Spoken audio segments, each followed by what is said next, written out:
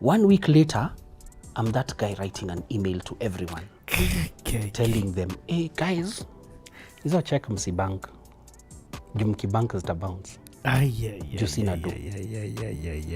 Because the guy of 4M amesema sasa nianze kumprovia ROI. Ouch. The guy of 2M the guy of 2M calls me and tells me, come with the contracts you need to sign. So me, I'm happy. I go meet him at a restaurant that has a parking lot. And I don't want to say the restaurant because if I say the restaurant, you can zero in and figure out who it is. So I go. I meet the guy. So we enter his car. Then he looks at the contracts. Then he says, forget these contracts. So I'm like, Then he opens his car. Is it called a glove compartment? This car compartment hapa katikati. He opens and he shows me. So see me, I'm waiting for 2M from him. He shows me 4 million in cash. For context, I am so broke, believe it or not, I fueled 100 shillings to go for that meeting. What? Because I figured that 100 shillings, that 1 liter can take me about 8 to 10 kilometers rather than me trying to get an Uber. That money won't tosha. Yeah. Even if I was to get a boda, that money won't tosha. What? So I fueled 100 shillings to go for that meeting. But see, me, I knew I was coming back with like 2 meter. Yeah. So I'm okay. So here guy from So the guy from Guaz and shows me 4 meter. Forget about your contract for 2 meter with these terms and conditions. Why do I feel a Shylock coming on? Worse than a Shylock. He says, this money, double in 12 months or triple in 18 months. What do you do? You have people calling you, abusing you, threatening you. Guys showing you 4 meter there.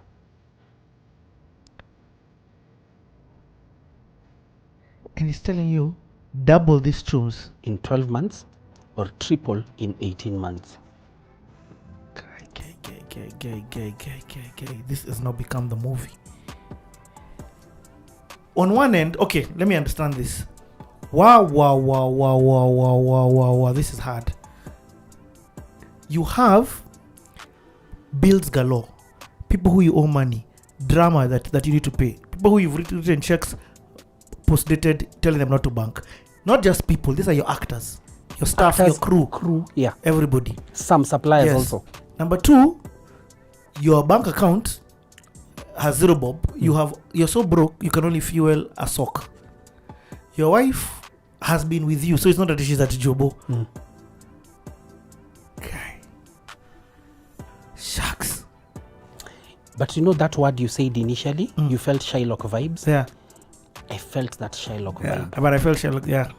So as much as, because if you don't pay that thing, your kids may not have a father, and those ones I fear. Imagine I didn't take the money. I'm not surprised. I didn't take the money. I went home.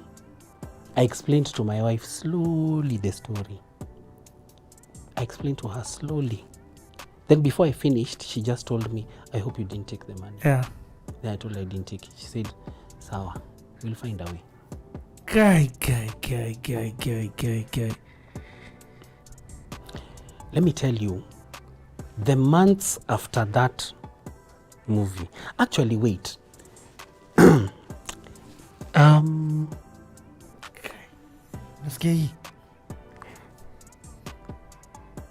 months after that movie was so bad, and especially because at that time, this is 2019, my dad had been diagnosed with cancer in 2017 or 18. So he was going through treatment. But now you're at that point where you're comfortable, like you get by because the rest of the family is chipping in. Even that time from me when I had my salary at Coca-Cola, 2018 I had the money, so you know my mom was able to, NHIF is helping, nini. But you know, at some point the chemo sessions overrun the how many sessions you're allowed by NHIF in a year. And it's those ones of, you use my dad's card, finishes, use my mom's card, finishes, now you have to start paying cash. So we are in 2019. That same 2019, my mom-in-law was a teacher. So she was retiring in June. So we finished the movie in February. So she's retiring in June, and she had built a school at their home in Taveta. And that was her retirement plan. So all these months now, it's day by day struggling. Maybe someone pays you something that they owe you from some deal before. Then you figure out, how do I balance between home and paying off someone, you know? So you start looking through your list of people who you owe. And now the reasoning was this, and it was a struggle between. So let's say, and post-production needs to happen. Post-production needs to happen. The beauty about post-production is, again, another angel sent to us, a guy called Edu G. You know Edu G? Yeah, I know Edu G very well. So Edu G, when he is the one who did the editing of... Yeah. And listen to this. Edu G came to see me. He called me. We spoke. Then he said he wants to come to the set. He came to the set. At that time, we were still negotiating who would edit. So we were still looking at different quotations. So he came to the set, I think, on day 2 or 3. So he came to the set, he checked it out. I'd sent him the story, he looked at it. Then Eduji told me, I know how movies go. I'll edit for you. Give me 1% equity. What? That's it. Guy. Hey, you guy, your story has extremes. Extreme good. Extreme bad. What? Yeah, 1% equity. Like, he wasn't greedy. He was like, just give me 1% equity. 1%. First of all, he saw the vision of the movie. Actually, he saw the brilliance. Edu G has been in this industry for years. Edu G was black star. He used to shoot fast music videos. Do you know how I looked at that 1% that he asked for? It's like the way there are some transactions, business-wise, I can't give you something just like that. It has to look like you bought it, even if for 1 shilling. That was how I took it. And I was so grateful, because now the quotations that we had been receiving for editing were crossing into almost a mic. So now here's a guy who's telling you, I'll do it for 1%. And you know 1% means uko mbele after mpate pesa. Exactly. Is when you give me, you know. That's crazy. So my this is my response to you about post-production has to go on. Yes. Luckily it was going on. However, unaona vile Samke alituletea drive mbili za 4TB na 2TB. Don't tell me. No, what were we doing before then? Tulikuwa na drive ya 500GB, 250GB, 1TB, the biggest 2TB. So now we have, while the movie was 17TB in total, like now when we compressed everything together, of course, because of all the footage, it was much bigger than that. I think we're talking like 20-something GB. Yeah. So imagine the number of drives that we had. Now imagine connecting them to one computer to try to edit. And you don't have a big drive to be able to transfer, because you don't have chums to afford a big drive to be able to transfer. But let me tell you, at that point, I had no urgency to finish this movie, because like I was drained. I was drained, and let me tell you, I was not depressed, but in 2019, I understood depression. In 2019, I would wake up and on purpose, I don't switch on my phone. I make sure my son has gone to school. Then I switch on my phone. I have been abused. Messages, abused. Because of guys' chums. Yes. Paka, I switch off my phone. Paka, you're even scared of leaving the house. Go back to sleep. This is the first time in your life you were in debt on this kind of a scale. Not even, yes, on this kind of a scale. Yeah. It was massive. Let me tell you how massive this was. At that same time, you're battling with now bills for my dad. For my dad are starting to, now we need to start figuring them out. I don't know if you'll understand if I tell you this. At that point, you can't really tell your folks what you've done and how you don't have choose. Because, are you stupid? You know? So you're hoping that something will happen where you don't have to go through this. So, around May, so we finished February. My mom-in-law is supposed to retire in June. Around May, she starts feeling unwell. So in the middle of that, my wife starts now also taking her to Hosi for tests here and there.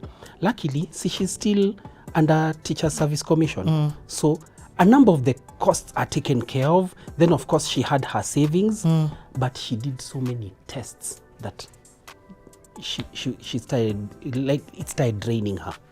Like now money started running out. Then she was diagnosed with cancer. So now my dad has cancer, my mom-in-law has cancer. We have a movie somewhere in many drives. We are not even pressuring Eduji. Like Eduji is updating us and telling us, nimefika hapa, we don't care. Because at that point you're like, actually, one of the threats that we had received was other people telling you, some part of the cast and the crew. Because one of the things that we thought we could do was, Eduji did a teaser trailer for us. So one of the things we thought we could do was release the teaser trailer and see if we can start raising interest from people somehow.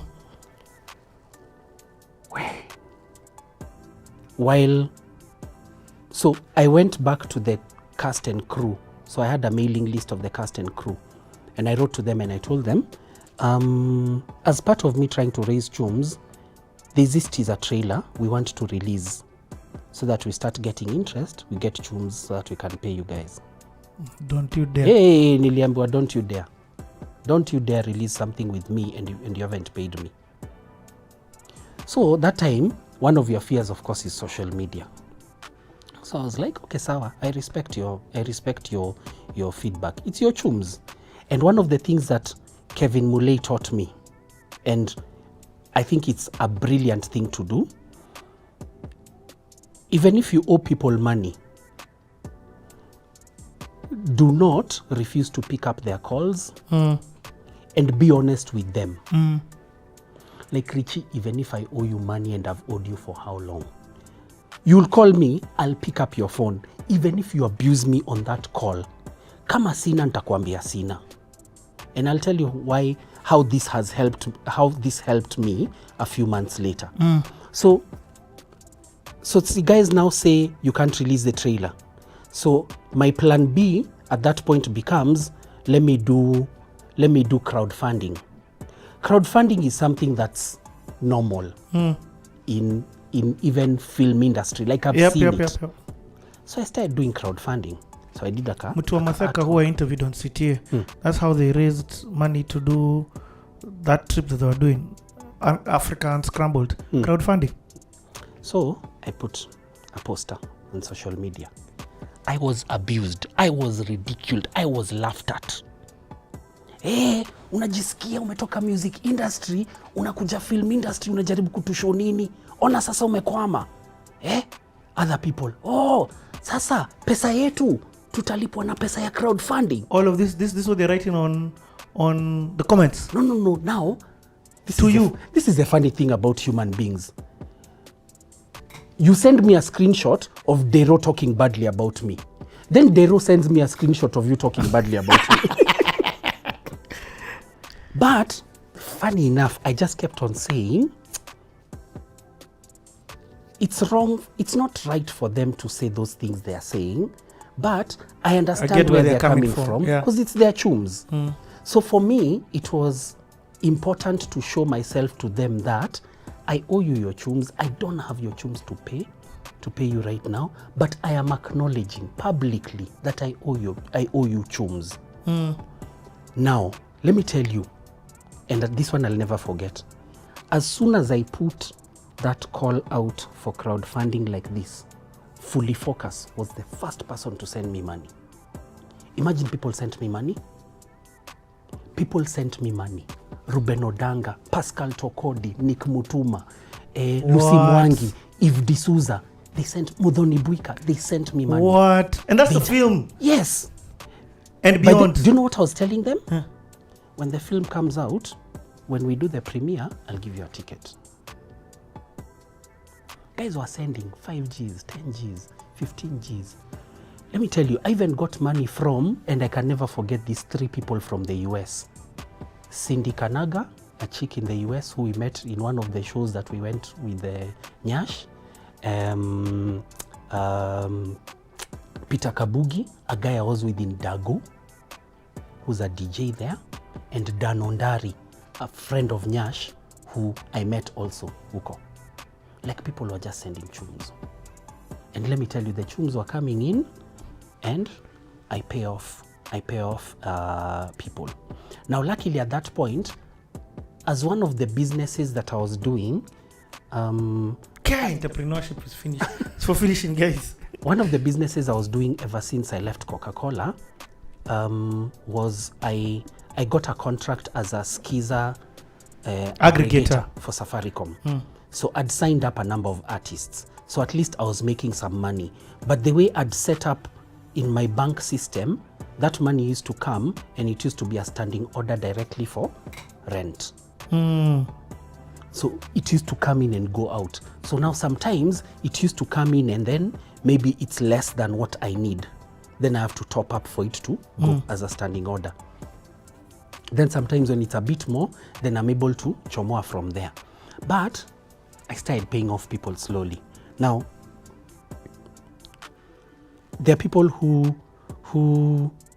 there's someone who went and reported me to cops.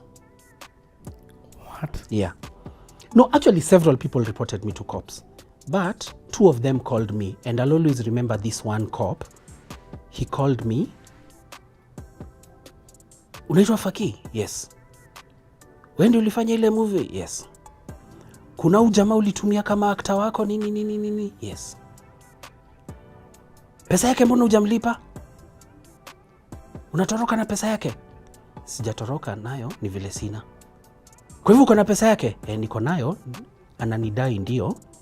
Nafaa kumlipa lakini ni vile sina. Ngoja. Kwa hivyo unasema uko na pesa yake? Niko na pesa yake. Na the reason hujamlipa ni sababu hauna? Sina, nikipata nitamlipa.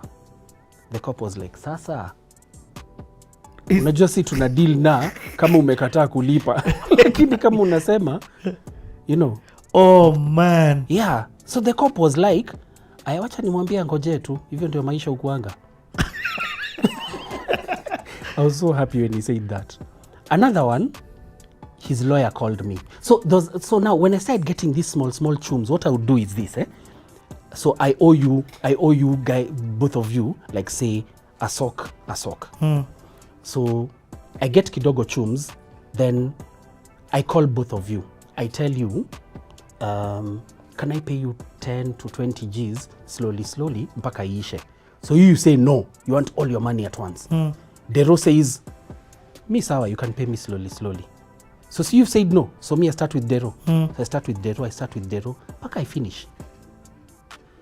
Then now you now getting angry because I haven't paid you. So you're trying to gang up. So you're now calling Dero. Umse nini. Then Dero says, mi amenilipa. Amekulipa? Alikuwa ananilipa pole 2020. So now you call me and tell me, sawa basi Nilipe nilipe pole 20. pole. Which by the way, and I'm laughing, not madharau Yes, to them. yeah. It's the relief that I was getting. So no madharau to them at all. There's one who his lawyer called me and told me, this guy is telling me to take you to court. I'm trying to tell him to negotiate a slow payment with you, but he doesn't understand. Him is insisting on taking you to court. And he's not understanding that court can go badly. So he even told the guy, listen, we can take Fakii to court. Fakii will be called by the judge. He'll be asked, do you owe this guy? Yes. Fakii say yes. How much? 100 Gs. You can't pay? No, I don't have chums. How much can you raise? If I say 100 shillings a week and the judge hits that thing like that, unless you appeal, Yeah, that's I'll what pay you've you been 100 G, 100, I'll pay you 100 shillings bob a week. a week until iishe. So the lawyer just told me, listen, give me a settlement plan. So I gave him a plan. So what I would do is, so the settlement plan was 10 Gs per week. So I send the guy 10 Gs, I take the M-Pesa message, I send to the lawyer. When I finished, the lawyer now told me, now send me 10 Gs, we close this file. I sent him 10 Gs, we closed the file. Yo, hold on, Fakii. You know, I'm in shock. This is what is happening behind the scenes. This was 2019. Bado. No, but this at this time of 2019, this is what is happening. Hey, we don't know. 2019, and remember I told you why it was important to shoot in my house. Part of my conversation with guys was, you know where I live. Hakuna mali naenda. You know where I live. You have been to my house. Okay. How are you coping mentally? Because there is you, there is your wife. Both of you have been in the strain of making this movie, number one. And sometimes strain brings people even closer together. Kabisa. It did. It did. It did. I think doing this project together was one of the best decisions ever. Because, you know, the way right now you see stories about men who are struggling to maintain a certain level of provision at home, because also they can't reveal to their wives that maybe they're struggling in business. You've heard those stories of someone is fired, but he doesn't tell the wife he's fired. He keeps on leaving the house every day while he's looking for another job, you know. But for me, because we were in it together, like we know, like we knew, you know. Yeah. And she's the person you'd go and lay on. Yeah. There's a day. There's a day. Have you ever found money in that shimo of the jacket? The jeans. Of the jacket, it pitted. So when you're holding the jacket, you feel something huku chini. Then when you put your hand in, it's a G. Let me tell you, I think it was 7 sock that she found. We planned that money. You'd have thought we were Ministry of Finance planning budget for Kenya. We planned that money. Let me tell you, there was a day, and my mom really got annoyed when we told her this story later on. There's a day when we were down to 100 shillings, and it was, we can buy milk for the toi, then si tutakula kesho. We'll figure out tomorrow. And we're like, it's okay. We'll figure out tomorrow. Because at that point, you're so stressed that food is not a priority. 2019, I lost weight. 2019, I think I lost about 14 or 15 kgs. Wow. Yeah. So I'm answering you now in terms of my mental headspace. It was bad. It was bad. And now we Did that affect you and your kids now? No, luckily we were able to really separate and somehow cushion them from all this. Because I had some friends one of them being Moira. There's Philip Moniki and his wife Eve. There's Rita, there's Jason, and again back to Shodha. Those guys used to come to our house and just chill with us. And I don't know if I say this, it would be understood, but they helped us create a sense of normalcy in the house. So even what ended up being projected to the kids was that everything is normal, you know. And it's good when you and your partner together. That's a good start.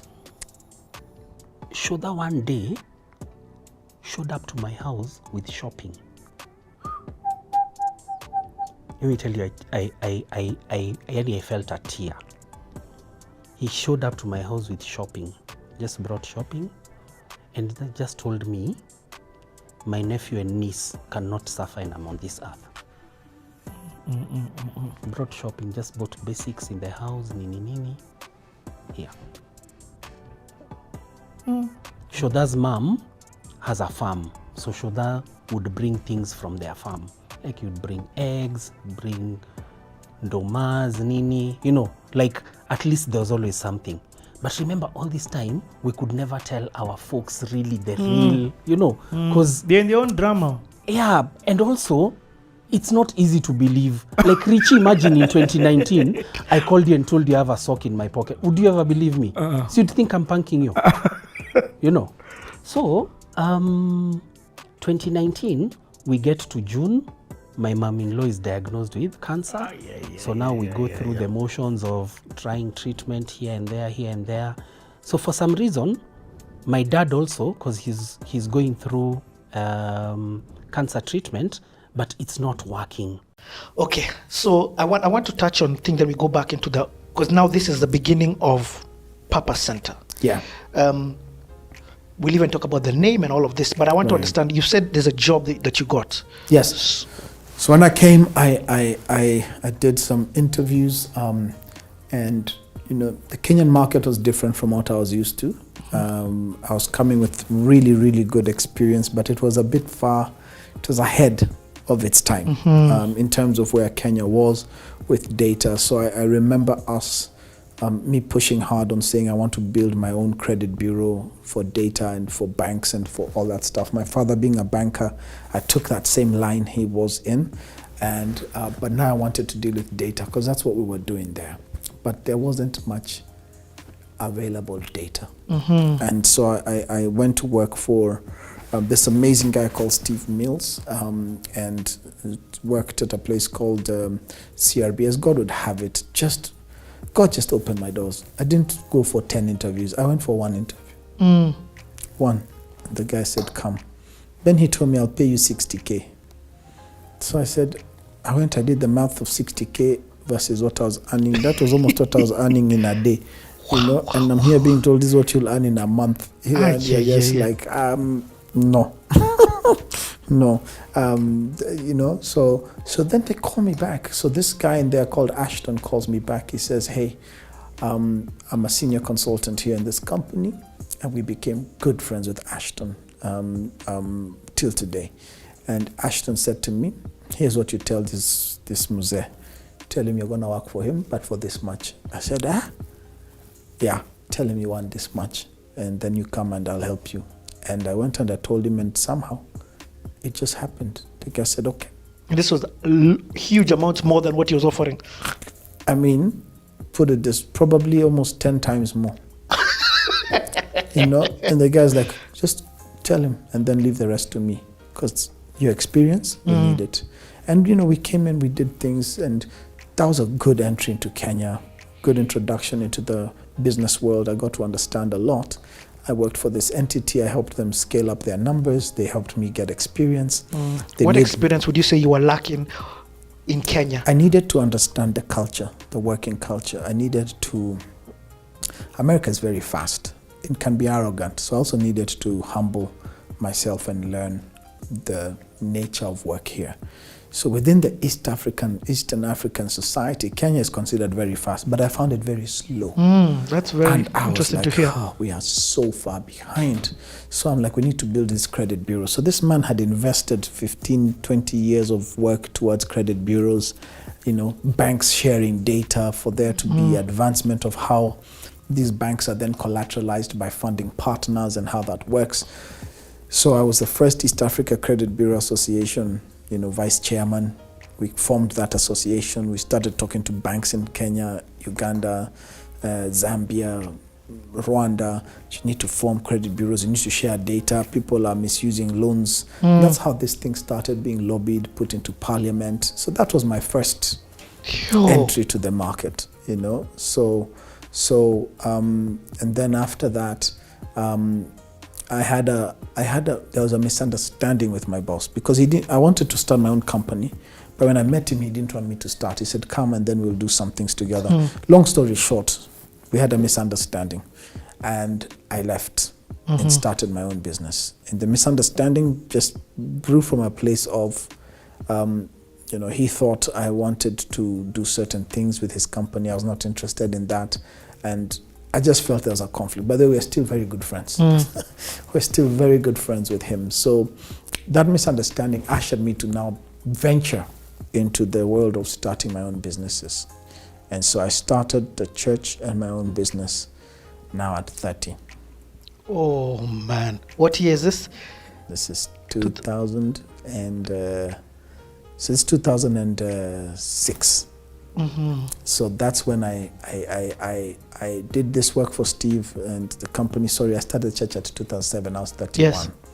2007, January, church starts. My new company starts, and my wife is expecting a baby. Let me tell you. What did you call the company? Quest. I started my first business, Quest. I was working with banks. Again, that whole credit bureau thinking and all. Very interesting world. Very, very... So you spent a year working for your previous boss and understanding the landscape. Yeah. Okay, and then now you start Quest. The landscape, you start else. Papa Center. Yeah. Wife I pregnant. for about a year and a half because I'd come back in 2005, May. And by July, I was working for him. Yeah. And so 1.5 years. Okay. We're done well. We're done well with that company. But now it's like it's time to build my own thing. And that's when I started. And that's when... Are you alone when alone. You start? I'm alone. I mean, I have partners, I have people who have come and are saying, okay, I want to join. Shareholders who are saying we'll put in some money. It was tough. This is a tough market. I want to say this now, if we are going into the business arena. Yeah. This is a tough market to start a business. It's a tough market anywhere in the world to start a business, but particularly in Kenya, because there's a way capital is supposed to behave. There's a way shareholders are supposed to behave around raising capital. But the capital in Kenya is not patient, and then it doesn't know equity. In equity, if you lose, you lose. You took a risk. But in Kenya, equity is pay me back. It didn't go well, pay me back. And you're like, it's not, so I learned very many lessons around capital in Kenya, the right money, the wrong money, the hard. Please explain a bit more about what you mean when you say the right money, the wrong money. I mean, there's the kind of capital that's going to grow your business is not impatient capital. It's not capital you put in today and by next week you're being asked, where's the return? It takes time to nurture a baby. It takes time. And again, remember this is 2007. And so I started my business. We're now looking at growth. I built it. We open offices in Uganda, in Tanzania. You started, and this is the speed at which you were growing. Yeah. Within a year and a half, I was in Uganda the and region. Tanzania. I want us just to dwell a bit about this capital story. So, you've been here less than 2 years. You've already formed enough relationships for you to get this kind of capital. I didn't have the relationships. I just had mad faith. I didn't have the relationships. I just knew I had to start.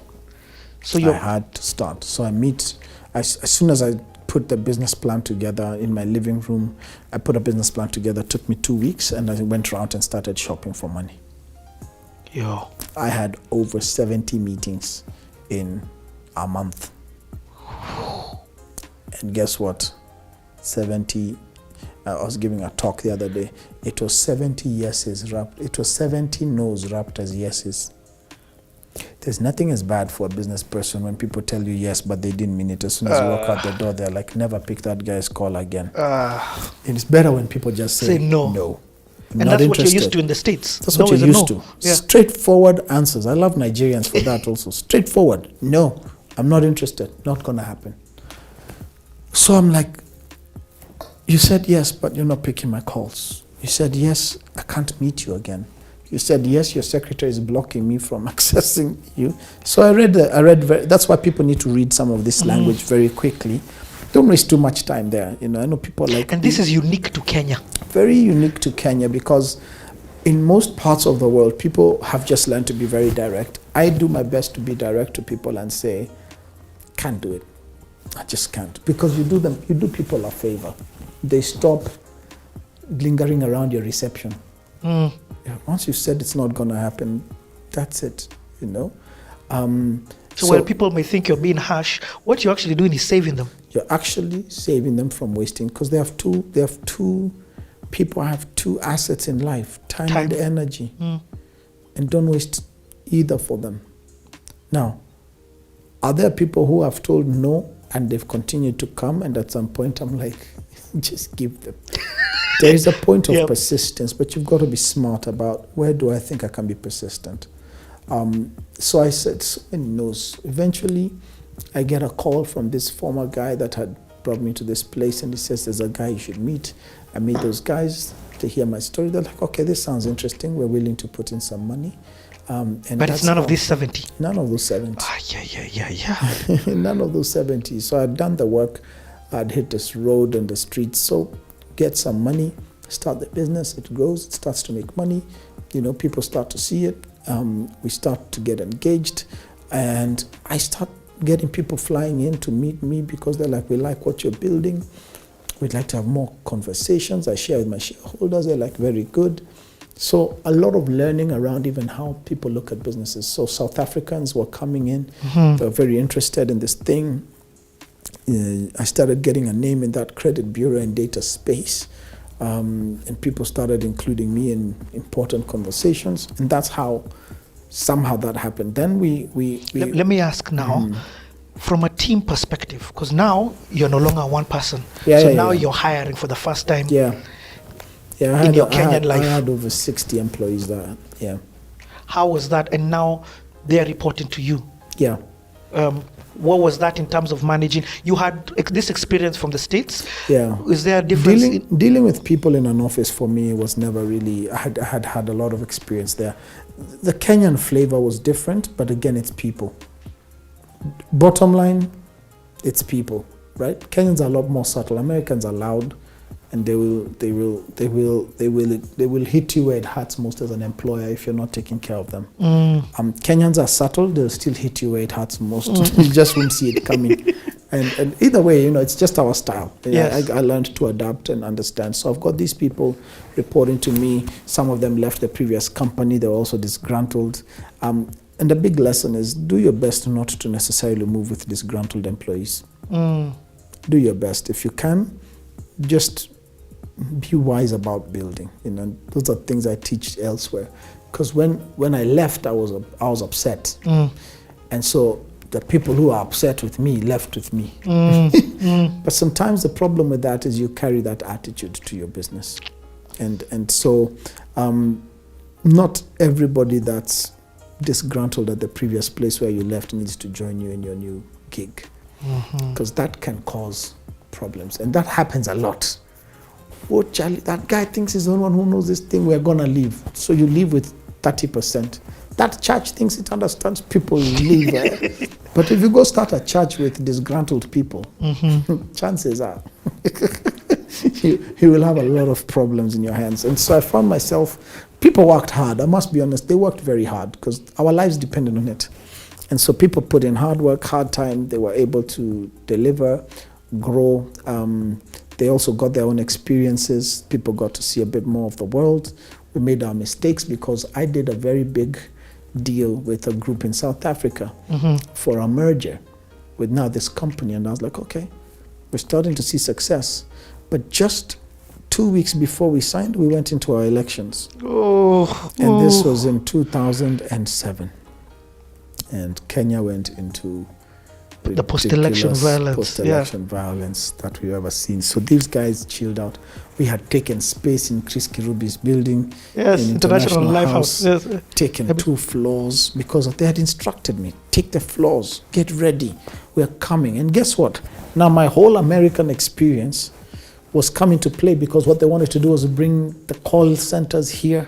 We start handling the same type of data issues that we used to have. And they had American clients. So they told me we're going to put 2,000 seats in Kenya. Out of our 40,000 seats, 2,000 seats will come to Kenya. And that was a good start. But the plan was we'll even eventually make them 10,000 seats. So in my head, I'm like, I'm going to employ kingdom people. We're done. Yes, God, thank you for telling me to come back to Kenya. Yeah. We're going to war. Oh, my God. And Kenya goes crazy, and those guys freak out and say, Julian, we'd like to hold off for 6 months to allow Kenya to cool down. We see where things are. That time, we're going to post-election violence. I've taken 2 extra floors of space, costing me probably $20,000 to $25,000 every month. I've got employees. I've got shareholders who are like, you told us we have a merger. What's happening? I'm like, we're slaughtering each other with machetes. That's what's happening. Oh, wait a minute. The world goes into recession. Oh, man. So now I have a double whammy. Recession, Post-election violence. post-election violence, punched from both sides. And everything that could go wrong went wrong. And so I remember sitting there in a very distressed position because now even the work we had was not sustaining the business expenses I had, because now I was preparing for a big merger. And these guys are going to pump in significant money. So what happens to the South African group? Their stock price tanks so badly that the last thing they have on their minds is any merger. They call me and say, Julian, this has to wait because things are bad. In South Africa, we're losing everything. We can't do this. They lost contracts from the States. They lost everything. They lost their centers. The chairman became even sick and almost suicidal. He was very depressed. So I said, these guys, the last thing they have on their minds is Julian.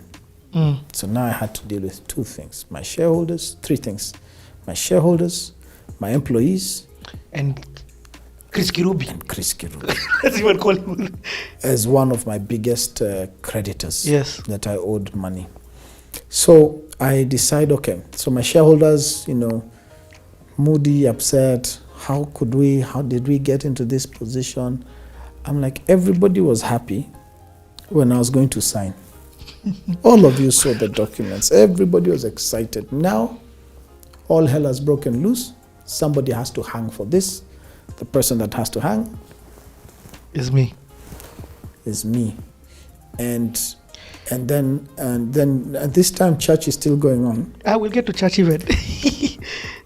Wife is over there. Baby number 1 has already come. Baby number 1 has come, and we're just like, Jesus, help. So I pray and I just go back to God and say, you need to guide me on what to do here, because no matter which way I look at what happened, I wouldn't have done anything any different. There's nothing we did. We didn't steal money. We didn't. Just events have just led to a very bad place. And everybody was stressed out. I had employees threatening to take me to court because now I'm not paying them. So I just went on my knees. I sought for wisdom. I said, God, help me. And so we found ourselves in this very interesting place where now I needed to deal with creditors. We owed people almost $1 million. Dollars? Yes, 100 million shillings worth of debt. And it was bad. Long story short, I decided, let me go start with Chris Kirubi. I owed him about 40 million. And I said, Chris, I couldn't have done this any different. I said, and I'm at your mercy. You can decide to auction me because they'd already sent me letters for auction. You can decide to auction me and you're justified in every way, but you've seen what has happened. Here's what took place. I took him through the history. Here are my merger documents. Here are my letters. Chris was very understanding. And actually, I must say, at that moment in time, I think he looked at me like a son. At that moment in time, there's a grace God gave him that he looked at me as I think he saw a younger him. Because I don't know what happened in that room, but everybody I've met with tells me, what? That's not Chris. But I believe God was there in that room with us, because after I displayed everything, I said, I'm not going to hide anything from you. Here is the reality of the matter. I owe you 40 million. I can't pay you. However, help me recover, and whatever else I build, I'll still be in this building. And I'll find a way to still get you back this kind of rent. He says, okay, so you did this. Okay, let's remove this. Let's remove this. There, he took 40 million down. By the time we were done, we were at about, initially we were at 40 million, then he first did 20. So I left him and I came back the next day. He's like, you again? Yeah, me again. What is it now? I can't afford this 20. 10 million. Go, come back. Third day. He said, young man. No way. I said, I can't pay you. Like, we have come down to 10. I can't pay you. By the time we were done, that bill came to 1.2 million. No way. Yeah. So that's how I cleared that. So I went back to the shareholders. I said, of our debt, I've narrowed it down to now 60 million. The business is making money. The next thing, I need to streamline employees. Yeah. So employees, I can't pay you guys. This is what I can do. I'll do my best here. Some feel, injustice. Some feel, but at this time, I'm like, I need to keep a sane mind because I can go crazy. And let me tell you, people don't understand what entrepreneurs and employers go through. And there's one thing my former employer had told me, Steve, now here in Kenya. He said, Julian, one day you'll understand the dilemma of an employer. And now I was sitting there saying, I understand what Stephen was telling me. Because it's easy to sit as an employee and point fingers. But the day you sit a little bit in the other shoes, because I understand people have families, but nothing around this was prescribed. So anyway, we narrow down, I come to an agreement with the employees, I do what I can, I finish with the employees. The next thing is, okay, Julian. So they leave? Yeah. You're shutting down shop? No, we're not shutting down shop. I'm restructuring. Okay, completely. Okay, I get it. And I come back to shareholders, I say, this is where we are. And at this point, the business has got this many clients. This is what it's doing. I don't know what else to do. They say, okay, Julian, a lot of things have happened. This is a very tough situation. I say, yes, it is. So here's what I'm willing to do. I'm going to trade in my shares, all my shares, to all of you, as because now we still have about 40 million left in all that stuff. But the business is making about 60 million a year or so, 70 million in its original business. I say, since there's business here, why don't you take my shares? I convert my shares, and I convinced the FD and everyone else to do the same. Let's hand them over to you as shareholders for $1. And I'll walk away from everything I've built. And that's how I solved my first company dilemma. Oh, yeah. Your story is insane. I have so many questions about this sector because I have been an employee with entrepreneurs. Yes. So first and foremost, how did you stay sane? I think what you have to do, and I can tell you now that I've got a bit more experience after that. Remember, I was just 30-something at that time, 32, 33. I've learned something. There's a mindset training that entrepreneurs have to have. There's like a gym of the mind and the spirit that you have to ensure you don't allow your body to get tainted with the acid that comes from that stress. Because I'll tell you, you can die early.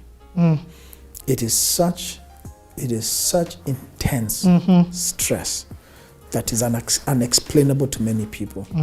It is so intense that, especially when other lives are dependent on you, that you've got to separate.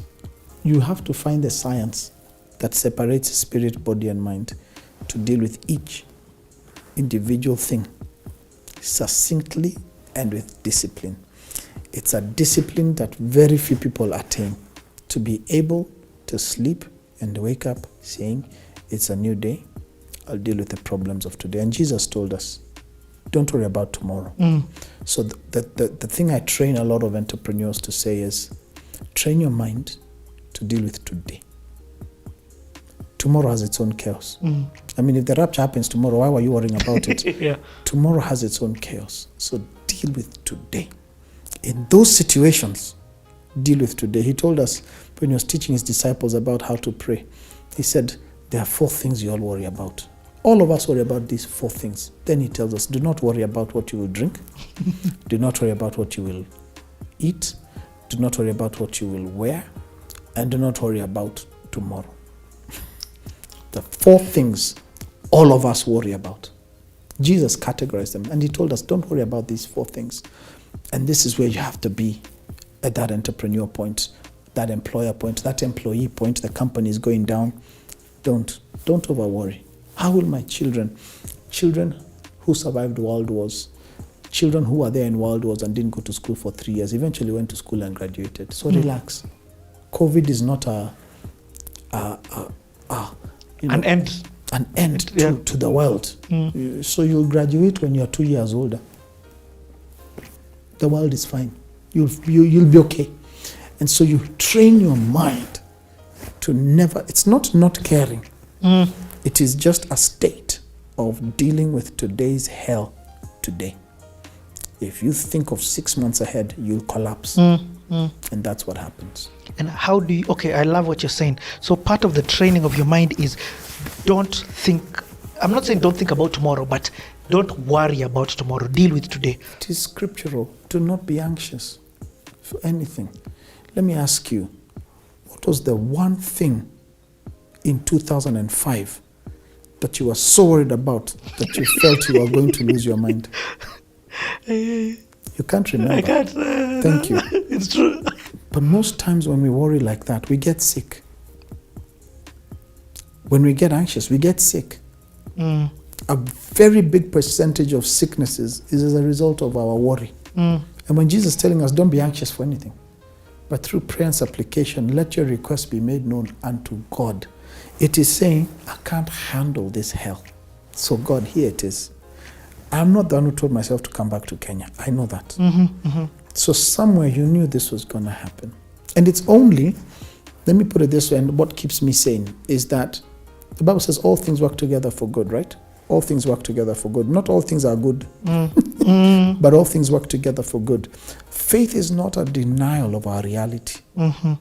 It doesn't deny the fact. God never told you, Richard, to say those things that are as though they are not. That is never scriptural. You don't have cancer and you say, cancer, you're not here. It's there. He said, say those things that are not as though they are. So healing is what I can speak of. Peace is what I can speak of, but I need to be able to cross. So that training of my first company, I did not know that I'd have 10 times more employees, 10 times more financial responsibility in my next thing. 26 countries, not 28 countries, not 3. I didn't know. And that's why it says, count it all joy when you go through diverse trials and temptations, knowing this, that the trying of your faith produces patience. That word patience there is the word stamina. Everything you've gone through makes you stronger. The Esther I met, let me tell you, I don't think you remember. I met you, it was fashion. You were wearing these t-shirts that you used to design yourself with graffiti and, torn in a few places. And what was the one thing you were very stressed about that day? Rev, this week, I don't know if I have food and bus fare. You were very stressed. I don't have transport. Do you think about that now? Nah. But it is possible to get stuck there. And the dilemma of your life becomes 1 week's 1 week. Stuck. That's the word. You have to learn to get unstuck. Every level you get unplugged. And I keep saying, so my dilemma was, I'm in this thing. So I solved a 100 million shilling problem, not knowing that I'd soon be running a 20, 30 billion shilling organization. Even before we get there, let me ask this question. The second thing, what made you have the belief that having a conversation with Chris Kirubi, I mean, you went there 3 times. Yeah. From 40 to 20, that was already a miracle on its own. This is Chris Kirubi. Yeah. What madness, that's the word, Yeah. made you believe, nah, we can still go down? I remember the story of Jesus when there was a woman that came and asked him for bread, and he said, bread is for the children of Israel. And she said, but even the crumbs, the dogs can eat. And Jesus said, this is great faith. What I remembered was, keep going back. He gave another parable about a judge who kept hearing a woman's plea. And he said, just give her what she wants, lest she keeps coming back. That's exactly what I did. I applied scripture. For you, the Bible is not this holy book that excites you and makes you feel like... It has been my greatest business guide. Greatest. Everything I've needed in business: capital raising, capital restructure, people restructure, future thinking, sustenance, provision. It's there. Every formula you need to have to understand how to stay in when you feel like giving up, it's there. It's been prescribed for us. Those are stories that were written. Everything. That's what the Bible says. Everything was written aforetime for our benefit. Then use it. Then use it. I went back and Chris succumbed. And we became great friends. And he'd come in my next company and we'd sit for hours just laughing and talking. This is the same insane. Man who had sent auctioneers to my office.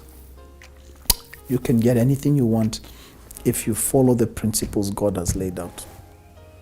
Okay. And there began my madness now. Now I was like, now let's take this thing to another level. Okay, I want now people to understand the other side that was happening. Because you're building a church. Yeah. Let's talk about this thing. You're in Mombasa. We're going to come back. So we've put a timestamp here where you've left the business. Right. Given your share for $1. Okay.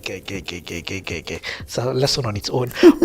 Let's talk about this church that you're building. Let me just say this, and I am your proof. I remember you saying when you started the church, I will never draw a salary from this church, or something like, I don't take a salary of this church. Yeah. I'm here to add into the church. Yes.